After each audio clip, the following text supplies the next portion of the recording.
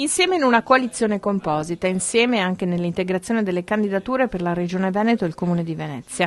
Arturo Lorenzoni per Pierpaolo Baretta e viceversa, e molti movimenti a sostegno di entrambi.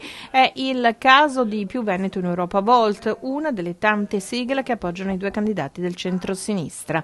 L'avversario in entrambe le competizioni è tosto, ma forse la vicenda bonus richiesto dai consiglieri leghisti segna un punto a favore del centro-sinistra. La notizia che non saranno ricandidati è una buona notizia e sono riusciti a mettere un taccone, diciamo così, però il fatto che le scuse che sono state addotte non sapevo, ma qui o si sapeva, e secondo me è triste, da cittadino dico è triste, oppure se non si sapeva mi chiedo ma chi ci ha amministrato in questi anni, che non sapeva come veniva gestita la propria relazione con lo Stato. In entrambi i casi secondo me è molto molto preoccupante. E non mi si venga a dire della beneficenza, perché fare beneficenza con i soldi degli altri è umiliante per chi lo dice, oltre per chi se lo sente dire. Per cui secondo me è un episodio triste della storia della nostra regione. Però indubbiamente è un autogol leghista che potrebbe favorirvi.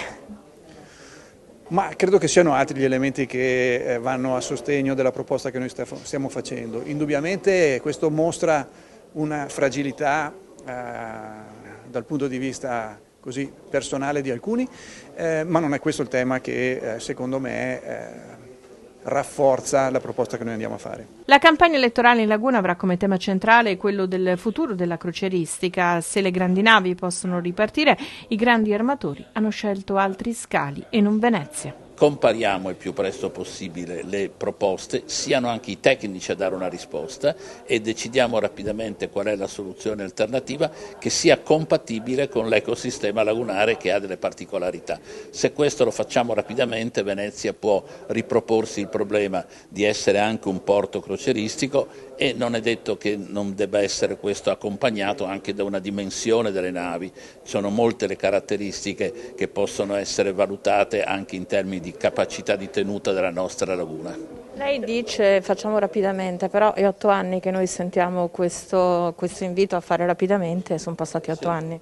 Io penso che per fare rapidamente sul serio bisogna prendere una decisione a monte. Finché non si decide che, ad esempio, dal bacino di San Marco non passano, continueremo a discutere. Il giorno dopo che abbiamo preso una decisione seria e drastica, e adesso lo possiamo fare, vista questa congiuntura particolare, vedrà che subito dopo cambia anche la discussione anche veneziana. Ci sono determinati principi che rimangono nel passato, nel presente e nel futuro. La tutela dei diritti civili, la tutela dello credere allo Stato di diritto, credere a una democrazia rappresentativa, credere, come forse è stato detto anche oggi, adesso non mi ricordo se dal candidato sindaco per Paolo Baretta o da Lorenzoni stesso, certamente in uno Stato liberale dove può essere tutelata e anche agevolata l'iniziativa privata, ma senza mai lasciare indietro nessuno.